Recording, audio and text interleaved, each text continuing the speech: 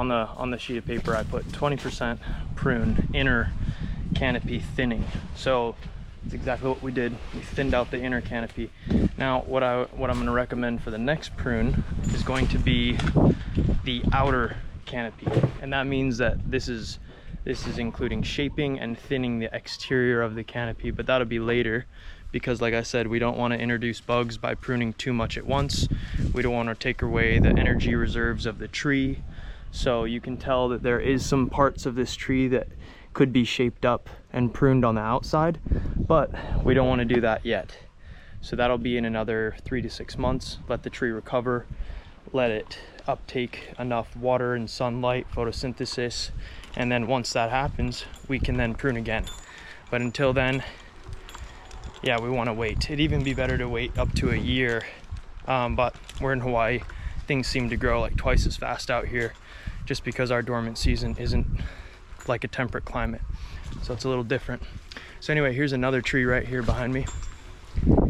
This is a plumeria, just another plumeria. It's a little bit smaller, but you can see right here, it'll definitely need the same thing as this other one behind us. And in the inside, there's all this dead wood. You see all these dead pieces all over it. It's dead wood all up in here. Bunch of dead, dying, and diseased stuff. So we're gonna thin it out.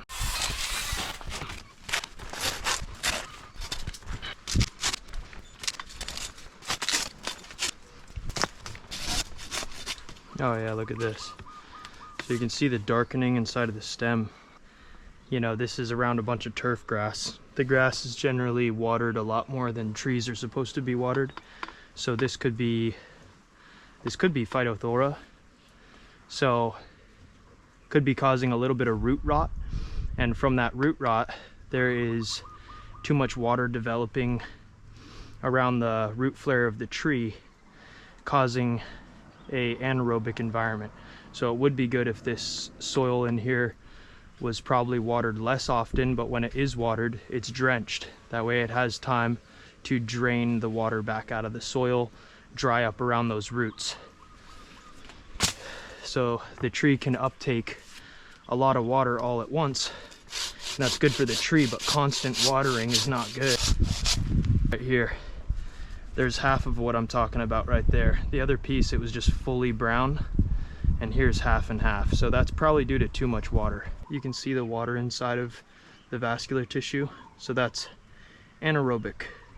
This right here, that's chlorosis, yellowing in the leaves. Anaerobic root environment. That's what that is. Yep, same thing again.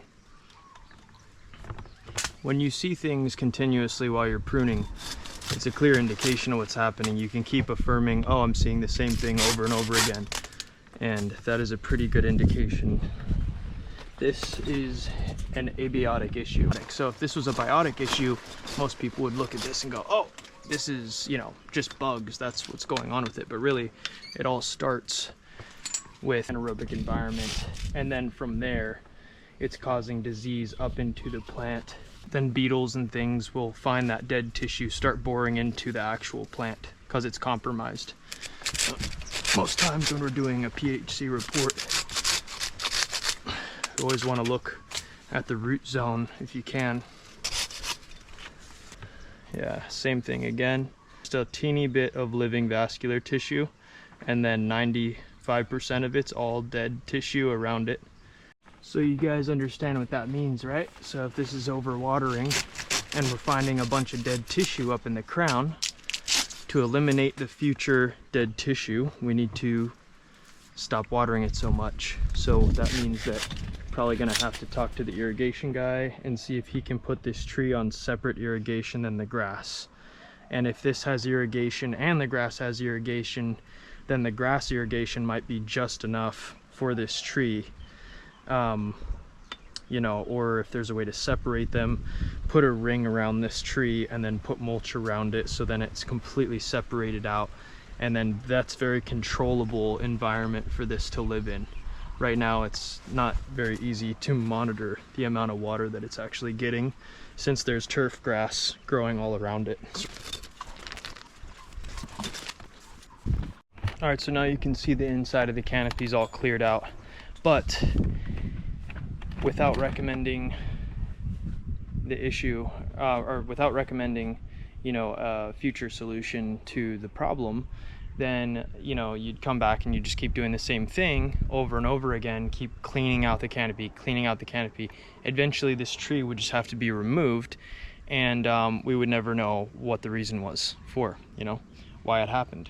So super important to understand what's actually happening here. So it seems like we figured it out, and I'll talk to the owners about it, and then they can be advised on how to move forward to keep their tree from actually, you know, dying, and we can keep it healthy from here on out.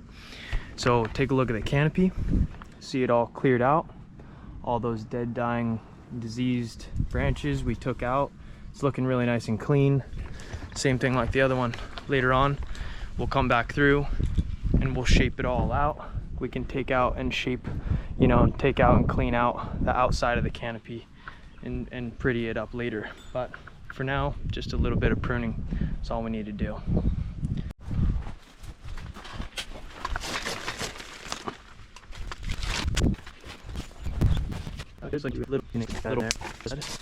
Okay, this one you can definitely see the same thing going on. Look at this.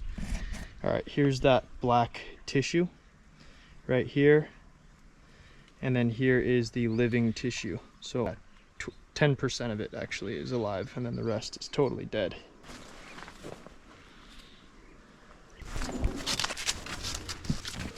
You know, and when it goes this far, you can definitely still save the tree, but it's really up to, you know, the owners of the property if they want to take that move. That's why you don't want to get blamed for, you know, doing a bad prune job when you did a good one and then you just didn't recommend the proper treatment to keep it healthy after you prune it.